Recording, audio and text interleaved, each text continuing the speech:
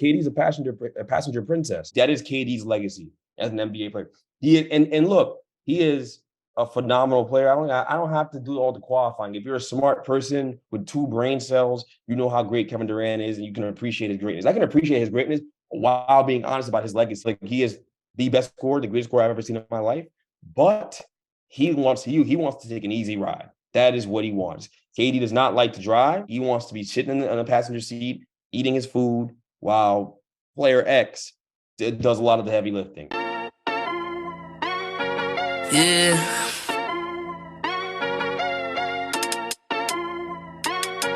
Yeah. Look at me. Bench Mob, they're speaking the facts that you wanna hear. They rep a jersey, the vision is clear. Diamonds glisten like a chandelier. You know what I'm here for, like Marshawn Lynch. At clutch time, we do not flinch. Real brothers, we do not switch. Hit home runs with the right pitch. Who run the city? What to do when they hating on you? I feel like Kobe 2010. Taking an L, all I need is a win. Business is business, you know how they go. You playing the seats, now it's on the grow. Tuning now, gotta be in the know. Showtime, bitch, my butter blow. I ain't seen from now.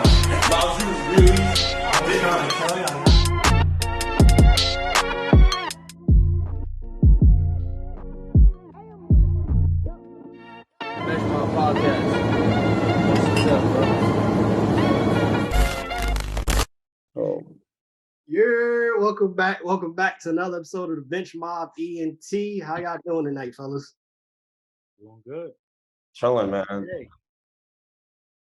Opening day. MLB is back.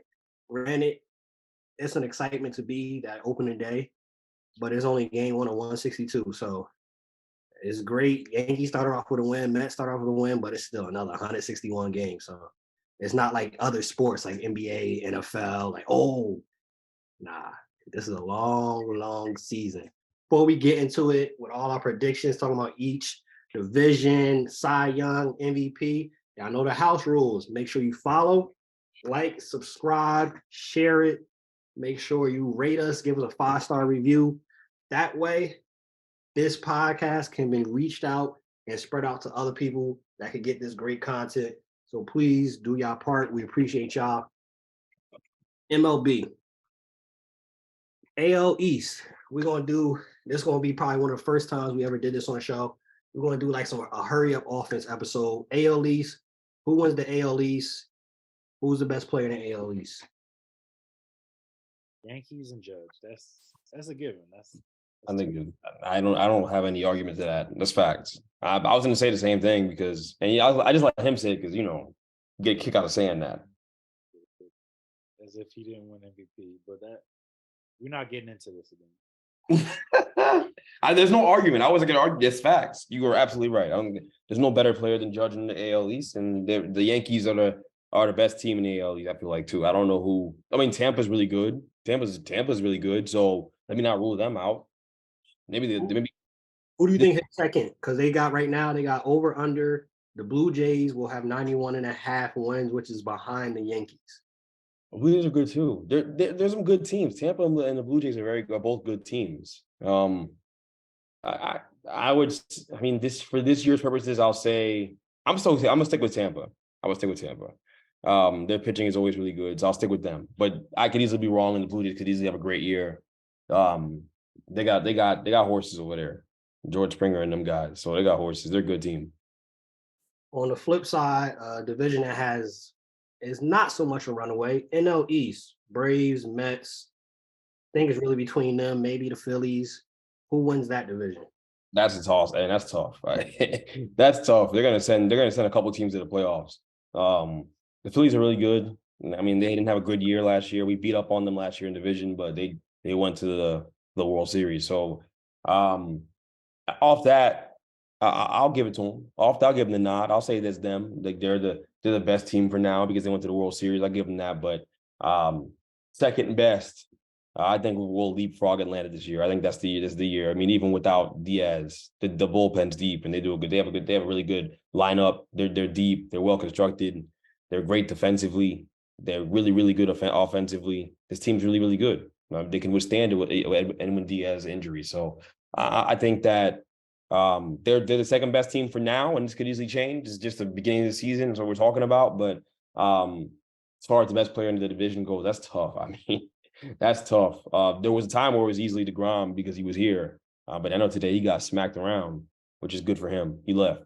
But Any concern with the Verlander injury?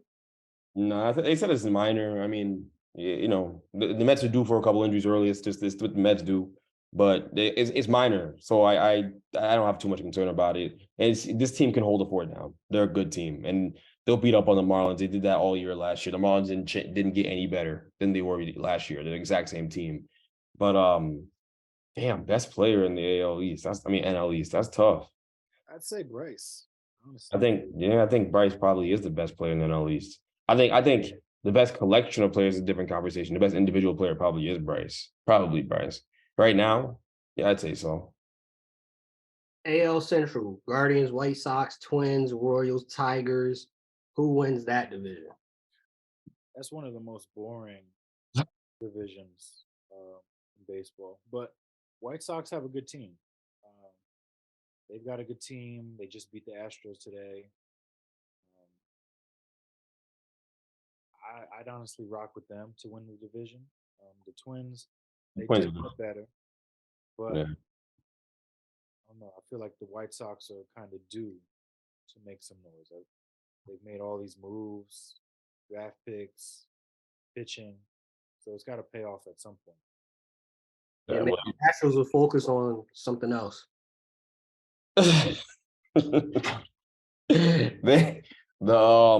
The White Sox, I feel like we say it's every year about them. They're talented, and then they don't do anything. Like La Russa just doesn't get what he needs to get out of that team. If he's even still there, is La Russa still a manager? They got rid of him. Huh? They got rid of him. Well, that explains that. That explains that then, right? Because every year it's been the same thing. They're talented, but they come up short. So maybe this is the year. Maybe this is the year for them. I hope it is. I love Tim Anderson. I love what he does, what he is for baseball. You know, I love that story. So I hope they can make a run. But the Twins are probably the second team, if not the first team in that division. They got Correa back, and we'll see if his leg falls apart like everyone thought it was going to fall apart over the summer in the middle of the season. But you know, they have him back, and they're a deep team. They pitch well. They've got good hitters in the lineup. I think they're a good team. I mean, they've certainly been in the mix last few years too. That's the thing too. There's just an established kind of just way they've gone about competing in that division. So I would say them or the White Sox, but I'll go with the White Sox. That's a fun pick. I hope that's what happens. NL Central, Cardinals, Brewers, Cubs, Pirates, Reds. It's not the Reds for sure. It's definitely not the Reds. O'Neal Cruz is the best player in that division, I think. Just got there. What? O'Neal Cruz is the best player. Who? If it's not him, who is it? So hold up. Oh, Paul Goldschmidt. Paul Goldschmidt didn't just win MVP this past offseason. Yeah, but it's O'Neal's time, man. O'Neal hit a home run that went like 150 miles an hour out the stadium today. It's his time. Paul Goldschmidt he's a placeholder right now. It's coming. He's coming. O'Neal Cruz. Is O'Neal going to hit for average this year, or is he just going to hit a home run every 10 at bats? And I mean, I think no matter what I'll take either one. A home run every 10 at bats is max, so I'll take either one. All right, so then he's Adam Dunn. Then he's just a home run or bust guy. He'll hit for average. He's fast too. He has a great glove. He's an exciting prospect. He's exciting. Paul Goldschmidt's the reasonable answer, but O'Neal Cruz is so much more fun to watch for sure. So much more fun. He's what baseball needs. He's what baseball needs. Goldschmidt's what baseball's had. When he puts it in play, he's fun to watch. You're here for better average. Who wins it, Cardinals or Brewers? Cardinals. I think Brewers Cardinals. I feel like the Brewers have better pitching. So they do. When it comes down to it, that's what you win or lose by. If the pitching's good, then you can kind of hide your lineup trouble. But they don't really have that much trouble in the lineup. They got Yelich still and a couple other guys too. So it's gonna be between those two teams, like it was last year. But the Cardinals, they're like the Yankees of the Midwest. They're just one of those teams that you expect them to do good every year, and something happens. Yeah, AL West, Astros, Mariners. Who you got? Angels. Do the Angels make the playoffs this year? Probably not. Finish last place. Yeah, probably not. Isn't it like Shohei's last year or something like that before free agency, or that would be via trade? I know arbitration is like 20 years long. No, this is his last year. I mean, Yeah, he's gone.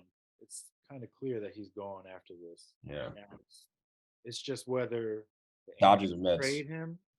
trade him at the deadline, or just let him Yeah. walk for nothing. And it's bad business if you let somebody this good Walk for nothing. Yeah.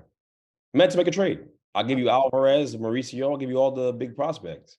Mets make a big trade. The Mets are gonna make a splash. I really expect them to do that. I'm serious. I think the funny thing is I'm saying this and it's like there's no games to it. That the Mets could easily make a swing. They're gonna make a swing for Shohei. Like everybody knows it, and the Dodgers will too. And may the richest owner with the deepest pockets win. And I think we all know who that is. They should trade, who they should trade? Pete Alonso, Edwin Diaz, Oh. and his trumpets. Trade all that stuff. Lonzo's about to get a bag too. He about to get a bag. Astros win that division. Oh, for sure. Yeah, for sure. For easy. Last one, NL West, Padres, Dodgers, Giants. I don't even think we need to mention the other two, but Dodgers. Dodgers, and Mookie Betts is the best player in that division, I think, right? Mookie. So I think, yeah, Dodgers will win that division. I think so. Who comes out the NL? Mets. Mets. I'm not. It's not even homerism. I think this is the year. I think it's a consensus pick. It's the Mets' turn. NL East has been dominating this whole thing for a while. I think it's the Mets' turn to go make a run here in the playoffs. Who's in the NL, Miles? Mets. But I like the Padres. I'm gonna say the Padres just because that lineup is stacked. If they can find a way to trade for some pitching, then watch out. Because how do you pitch to Juan Soto, Manny Machado, Bogarts? That's a 1-2-3 right there. And Tatis, I forgot about him and his, all the juice. He's not doped up anymore. Yeah. So that's my team coming out the NL. Who's coming out the AL? The choice is actually very easy, to be honest. But he's gonna make the wrong choice. I'm not. You are. And it's actually easy. Like the best team by far in the AL is you don't like them, but you know who it is. Who, the Angels? Shut up. The Astros have been dominant. The Astros, bro. They're off to a bad start though. They lost one game in 100. Get out of here, bro. They lost today.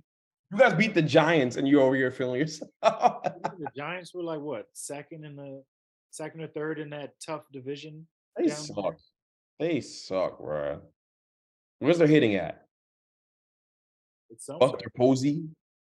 Is he even there anymore? Not there anymore. Oh God. It's a blast from the past.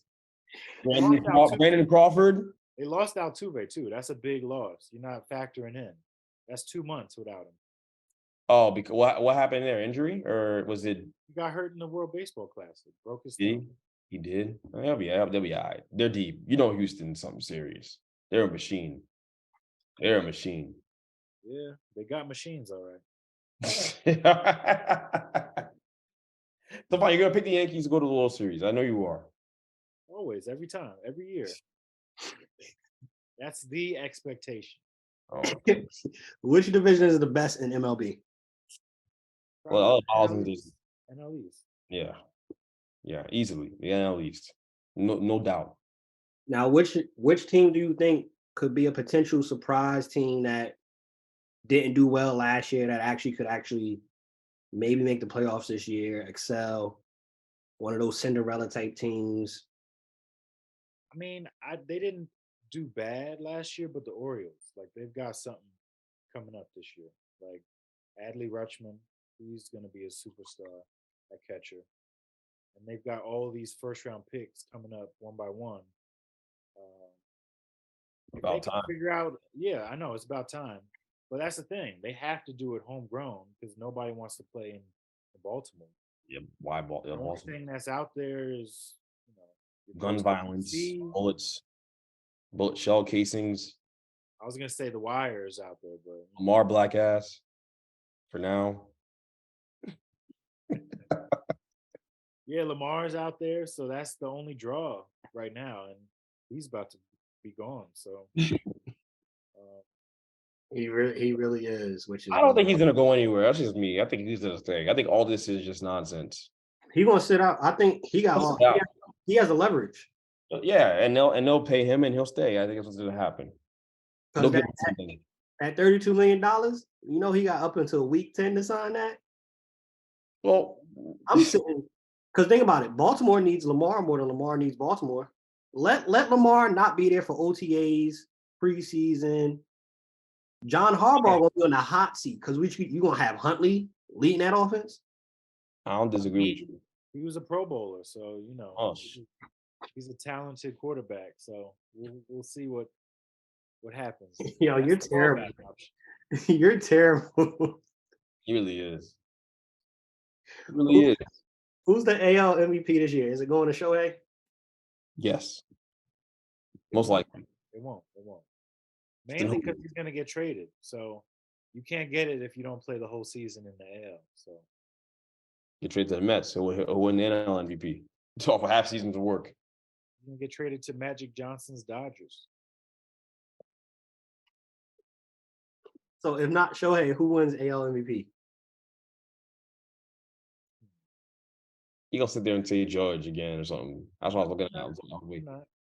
Honestly, it could be Trout. Like if he comes back healthy, and he's honestly been a lock to be top 2 in MVP when he's healthy every single season he's played. So, and he's in his prime. So even if the Angels suck and all that, he could hit 50 something home runs. Like he hit 40 last year in like 115 games. So imagine if he can stay healthy. Like he's in his prime right now, where he can hit 45, 250 home runs a year. So I'm gonna go with Julio Rodriguez from the Mariners. That's why I think we'll win MVP. He's Rodriguez. definitely in Vegas. I think they said he was third ranking wise to probably get MVP. And now MVP. They had Juan Soto up there, Trey Turner, Ronald Acuna Jr.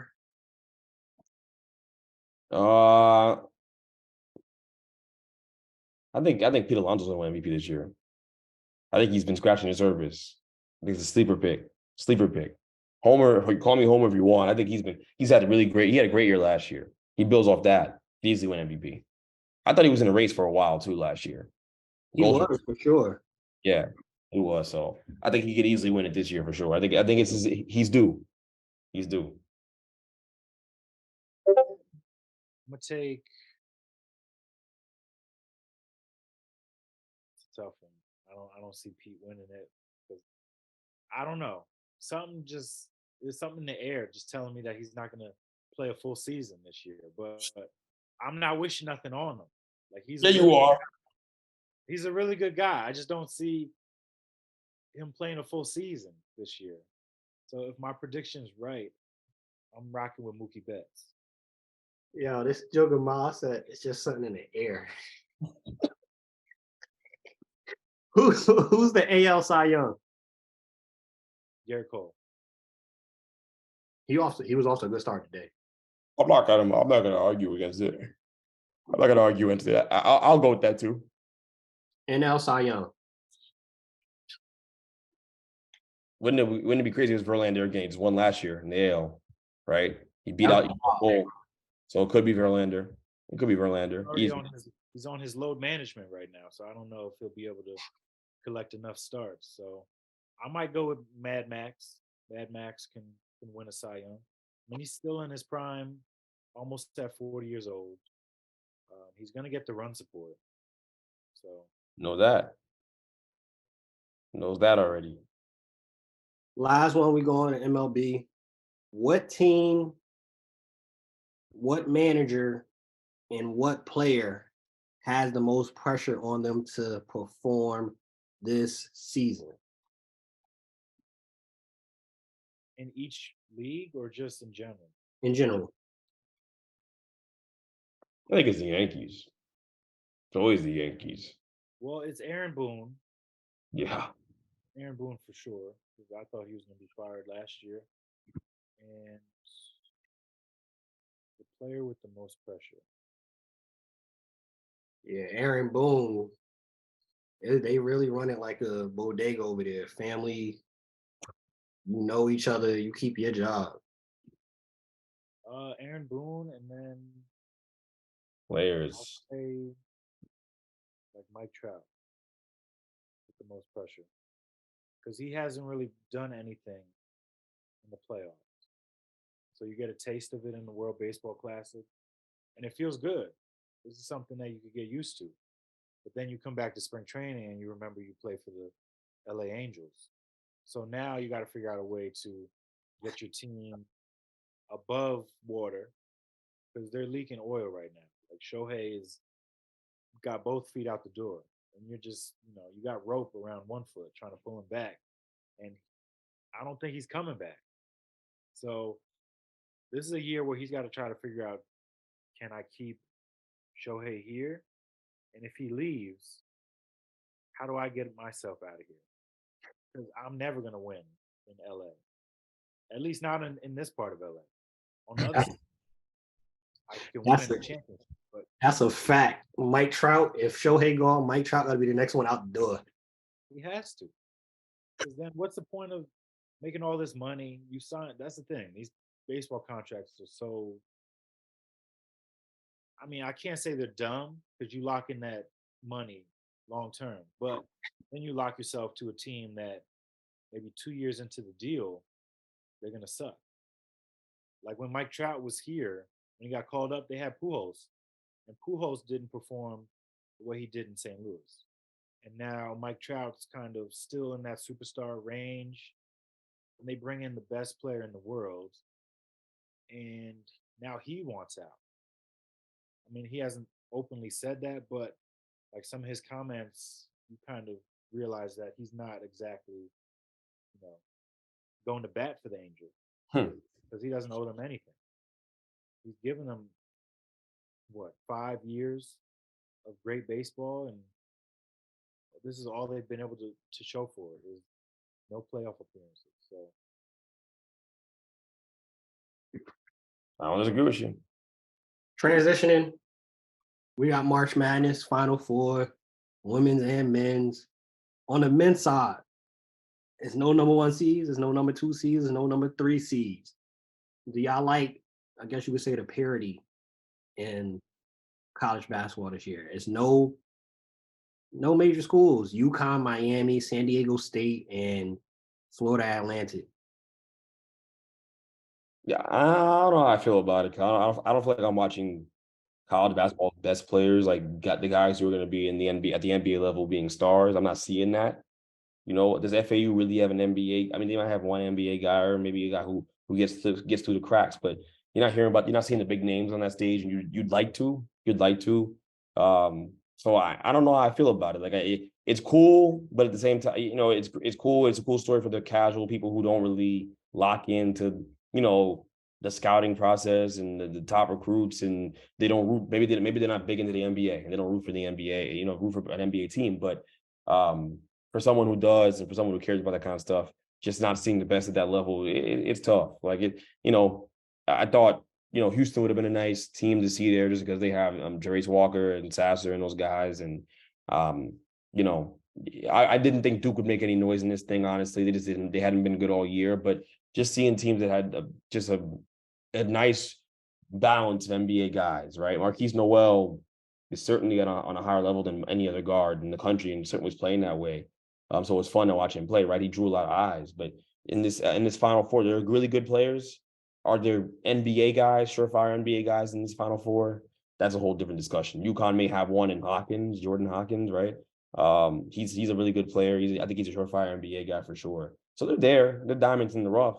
But you're not seeing the big names. So it's cool. It's a good thing, but at the same time, college basketball needs to be saved, and they need a guy like Brian needs to commit to a school like a USC, and for them to be good. It'd be good for college basketball. It'd be great for the NCAA, and not that I want to put money in their pockets, that I care about their financials, but it's just they need that, like they really do. So yeah, I think it's a double-sided question there for sure. Miles, who you see winning this? You got UConn. Can FAU win it? Yes. Yeah. I mean, all these teams have a good chance at winning it. UConn, though, they're coming in the hottest of any of the teams. Like all their games so far have been blowouts. Yeah, they're good. Like they're peaking right now. Yeah.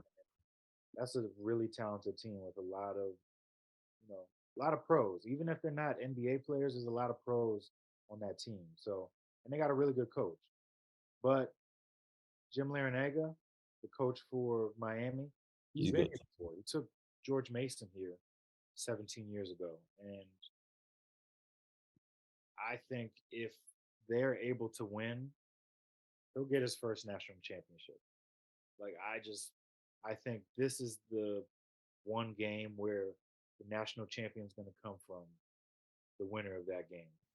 But like what you were saying with Greg before in the parody in college basketball, I think the one on not one on one, the one and done has kind of made college basketball what it is. Like a lot of people look for those stars, those future NBA players, when like college basketball is so much more than just those freshmen that are here for a good time, not a long time. They're not here to, you know, be here for senior day. They're not looking for that. They're trying to make as much money as they can in college and show out, which, it's not selfish of them, but that's what you got to do to make it in life. You got to, make plays. But like you look at the college game, it's always been more fun when you see these teams with juniors, seniors who have been here. They got the chemistry. They know how to play basketball together. They've been doing this for years. Like it's kind of like when you go back to high school and think of the players and your friends that you grew up with and you played with them. It means more than Mhm. just like being a one and done. Like for people who went to North Carolina and didn't play basketball, they're rooting for North Carolina because they were there. They saw these players. They've been in that same area. So I think college basketball is more than just stars. It's about what people see, what they're able to understand when it comes to watching their team play. And I'm a Kentucky fan. I enjoy when Kentucky's good, and I hate it when they're bad. So it's like it's one of those things where like college basketball is so fun, and I think it just gets pushed aside just because you don't see the same star level talent that you do at the NBA level. But that's what makes it good. On the women's side, South Carolina, Iowa, LSU, Virginia Tech. I'm not gonna hold you. I'm more intrigued looking at that South Carolina Iowa game than any of the games on the men's side. Caitlin Clark, Aaliyah Boston, Dawn Staley doing her thing. How y'all see Final Four going on that side? I'm gonna just say this because I was saying this earlier in a group chat with a couple of people, and Caitlin Clark is gonna save women's basketball. I really believe it. I think she's the chosen one, bro. I think she's gonna be the one that makes people lock in and watch this thing. They really watch this thing. I really believe that. Watch this product. She's special. She's the best woman player I've ever seen. And maybe I haven't seen enough women hoopers at a high level. Maya Moore, up until this point, Maya Moore was the one I think was just crazy. Like I think she was so cold, Maya Moore. But Caitlin Clark is incredible, incredible. Steph Curry, she's literally Steph Curry. She's just a woman former Steph Curry. So I think she's gonna save women's basketball. I really believe that. But I have reasons to believe that South Carolina will win that game. I have reason to believe that they're going to win that game. Just size and they've an established culture of winning over there too, right? It's gonna be tough for her to overcome. Caitlin Clark is the show. So if they can make her life hard and be physical with her, then I imagine that they'll win the game. But Caitlin Clark's gonna save and win basketball. I'm serious when I say that. I think she's gonna be the reason why people lock in and they start making more money, and we start seeing this thing become a little more lucrative in the WNBA. She's good for the W. Watch. That's the other part. I agree. They not gonna win because that's why I think that game is so interesting. Iowa averages 97 points per game. South Carolina only allows like 54. Yeah. So I'm very intrigued to see how Caitlin Clark does against this stout South Carolina defense. And Dawn Staley, I think, is the best coach in women's basketball, and she's definitely a top 5 coach across the board, whatever sex you want to be, whatever pronoun you want to use. Dawn Staley is a top 5 coach, hands down. And shout out to her for saying she don't want to coach at Temple. I wouldn't either. She about to just run the women's game, keep putting eyes on the women's game. She doesn't have to coach men's basketball for her to be valid. Let's get that straight. Women don't have to come into the men's world to be valid. That doesn't have to happen. Facts. I think South Carolina wins it. I like LSU too. I like Angel Reese. She talks smack. I think that's good for the women's game too. I hate seeing let's help each other. Like, no, show some passion. And she shows passion, and I love it. I don't got no, please don't ever change. As she said, what else? What they gonna say now? I love it. Miles, who you got on it? I got Virginia Tech in that game, honestly. I think that point guard for them is the real deal. Like, she's nasty. They've got a first team All American in the center, too. I'm not good with the names in the women's game. I'm sorry. But um, those two going up against LSU, I think Angel Reese she can get a little ahead of herself sometimes. Like, if she's not making her shot, she'll get a little too aggressive, pick up stupid fouls where she fouled out in the Sweet 16, almost fouled out in the Elite Eight, or she might have actually fouled out in the Elite Eight. So if you can get her in foul trouble, that's a big blow for LSU. And I just think that the girl from Virginia Tech, she can step out and hit the 20-footer. She can go down low and hit you with a little post game. So I got them. And then South Carolina, Iowa, that's going to be a fun game because both teams haven't played a team like them all year. Like, South Carolina hasn't played a team that can play at this type of pace. And I don't think Iowa's played a team that has this size that they can go up against. Like, they've got that 6'7" girl, and then the one who's going to be the number 1 pick for South Carolina too. So I think that's going to be fun. You're going to see Dawn Staley going up with her undefeated South Carolina team against the best player in college basketball, maybe even men or women's right now, if we're really looking at it. Um, that's going to be fun.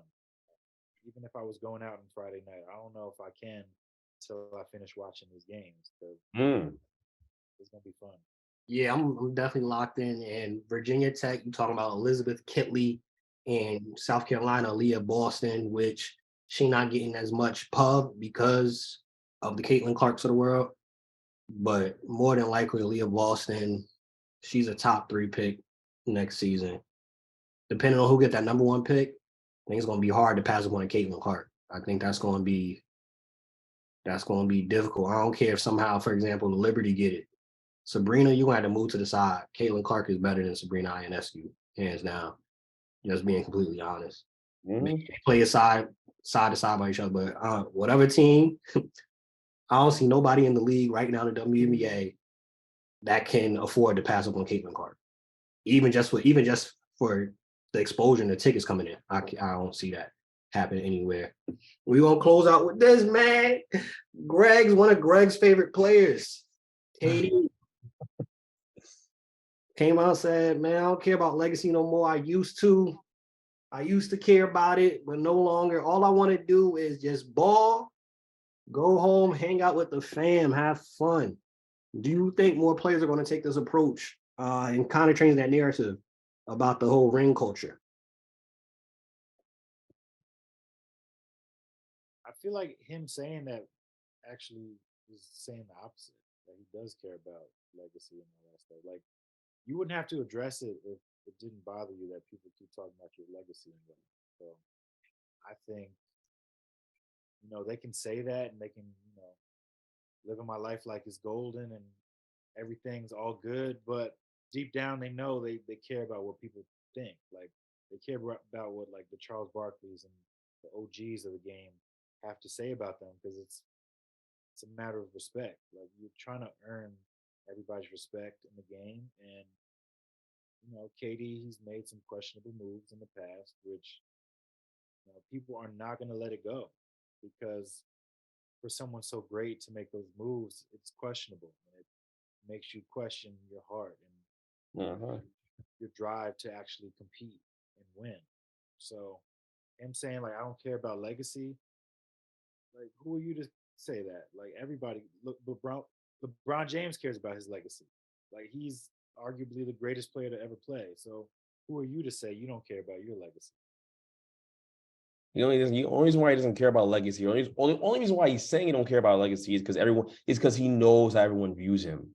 He knows when you're in a barbershop, everyone's gonna bring up the Warriors move. They're gonna bring up the fact that he left the Nets as soon as things got hard. He didn't want to drive the bus. He wanted to be a passenger. KD's a passenger princess. That's what he is. He like having a nigga's hand on his thigh. That's what he likes. That's his whole thing. He likes to have his hand his thigh getting gripped and all that, and he likes to be on the passenger seat. That is KD's legacy as an NBA player. And look, he is a phenomenal player. I don't have to do all the qualifying. If you're a smart person with 2 brain cells, you know how great Kevin Durant is, and you can appreciate his greatness. I can appreciate his greatness while being honest about his legacy. His legacy and his greatness are 2 separate things. His greatness adds to the legacy. He is the best scorer, the greatest scorer I've ever seen in my life. But he wants to take an easy ride. That is what he wants. KD does not like to drive. He wants to be sitting in the passenger seat, eating his food, while player X does a lot of the heavy lifting, right? He likes to have everything set up around him nicely. Perfect ecosystem for him to succeed. That's what he likes. That's his legacy. That is his legacy. Okay. He went out of his way to go to Golden State after getting beat by him. They could have beat Golden State if they regrouped the next year. They could have easily done that. In OKC, he left. Okay. Then he leaves Golden State because he realizes in Golden State that, first of all, no one cares about the rings. The rings are hollow. No one cares. There's no iconic moment from him being with the Warriors. The only iconic moment from him being with the Warriors is that Draymond called him a, you know what? I can't say it on the podcast out of respect, but you know what he called him on the bench, and that ultimately broke it up. That's an iconic moment, not in his favor. And then he also realized that Bay will never love him the way they love Steph Curry. It's Steph Curry City. It's that Steph Curry owns that part of California. He is a legend. He is an icon. And so he knew that. He rubbed him the wrong way. He got up out of there. He goes to Brooklyn. He's doing Kyrie. Kyrie's PMSing 50 to 60% of the time while he's there. And then Kyrie leaves and he decides that he don't want to be there no more. And because Kyrie's not there anymore, right? He said, I love that organization. It's great. I didn't want to prove they were. I didn't understand his quote too about them. He's like, I didn't want to prove the Nets were, a trashy organization. I was like, what are you even saying right now? Like, no one thought the Nets were a trash organization before you got there. They were an organization on the rise. The reason why you came is because they had a great ecosystem there in place. They had a great culture in place that you wanted to be a part of. That's why you came. You came with Kyrie Irving. Okay, fine. They had something in place, you guys, that was appealing to you guys. So why do you have to say that in a quote? I don't understand that. That's weird to me. That's just weird behavior from the PZ-headed guy himself. I don't get it. And then he go on in the quote, and he goes on to wax poetic about the Nets and how he enjoyed his time there, their family, blah, blah, blah. But he looked around after Kyrie left and he didn't know what the direction of the organization was. That, like, what? You're not even making any sense, bro. Like, getting a star to play with you would have been so easy. But that wasn't appealing to you, right? You want to go somewhere where it was ready-made this year, ready-made, so you can walk in and not do that much work. Go somewhere where you can't be double-teamed, right? That's your thing, right? Because in here you would have been double-teamed, right? And Lord knows you can't pass out of a double team. Lord knows that. If you watch KD play, he can't pass out of a double team. He struggles passing. It's not pretty. It's why Boston beat the brakes off us last year, 4-0. Tell you what, Mikal Bridges and them go win a game against the Sixers, they would have accomplished more than KD did in the last year, anyways. I'll give him he was a half a foot away from getting to the final. Like, I'll give him that, but just honestly, like the whole I don't care about the legacy talk is just so disingenuous. He clearly does. He cares. He cares what Charles Barkley says. Listen, stop quote tweeting Charles Barkley on Twitter and then acting like you don't care. You clearly care what he says. Stop. Then you wouldn't be quote tweeting him. you wouldn't be even mentioned. You wouldn't pay him any mind what he says at all. You wouldn't pay no mind to what Charles Barkley says. You'd be like, shut your, your fat behind up and move on. Like, you know what I mean? Like, but you're not doing that. Like, you're locked in everything he says. It matters to you. So I don't want to hear it, man. He hears all the chatter. He knows. And best believe when he retires, he's gonna be miserable when he retires. I can already see it. He could go win 2 more rings. He's gonna be miserable when he retires. Because them rings is Charmin soft. Them rings is like when you leave the pasta in the pot too long and it's like watered down. Like it's like you drink a soup. Like it's just there's no solidity to his rings. There's none. Like, please give me a break, bro. Close it off with this. Do y'all think, if it's up to y'all though, right? If you're Bronny, now we mentioned, Bronny will be good for college basketball. And if you're Bronny, do you go college route? Do you go overseas route, overtime elite, G League Ignite? Which route do you go? LeVar Ball put his opinion on it. He told him, in his opinion, he shouldn't go to college. Why are you sitting there trying to learn Spanish when you could go get buckets and get paid? He's not broke. He's LeBron's son. You can go to college. It doesn't make a difference. You have a trust fund that will make you the richest man alive. You'll be a black billionaire without even lifting a finger. So go to college, get the college experience, enjoy it. I think that makes the most sense. Going to NBL, you don't have to do that? They're not the Ball brothers. You know what I mean? I just think it makes more sense when you go to college and to bring the prominence back to college basketball. That's not why he's doing it. It's about his development. But if he can find the right coach to play under, and he gets to play on those bright lights of college basketball, like Brandon Miller did this year, obviously minus the murdering, then you go out there, you go do that. And that's the best way to go about doing it for him. So go to college. Yeah, he not lacking money too. They said right now, before he even gets to the college, wherever he go, it's projected he's going to be making $7.5 million on the NIL, the most in the country. So he's good either way. He's good either way. Which makes it lucrative. It's fine. I'm gonna end off the show putting this out there. Jersey basketball is really different. Basketball needs New Jersey. Both McDonald's All-American MVPs on the boys and the girls side this year were from New Jersey. And last year, the McDonald's All-American MVP on the boys side was from New Jersey. Yeah. New Jersey ballers is different. Basketball needs New Jersey. They did that little documentary about where KD came from. That's great. New Jersey. New Jersey was is the best hoop state. There's no better place putting out better basketball players in the country than New Jersey. I don't care where Texas, California, no. Like New York, definitely not. Like New Jersey is by far the best hoop state. Period. The best player might have came from West Orange. Who knows? Yo, if you stay ready, you ain't got to get ready. Bench Mob, we out. Peace.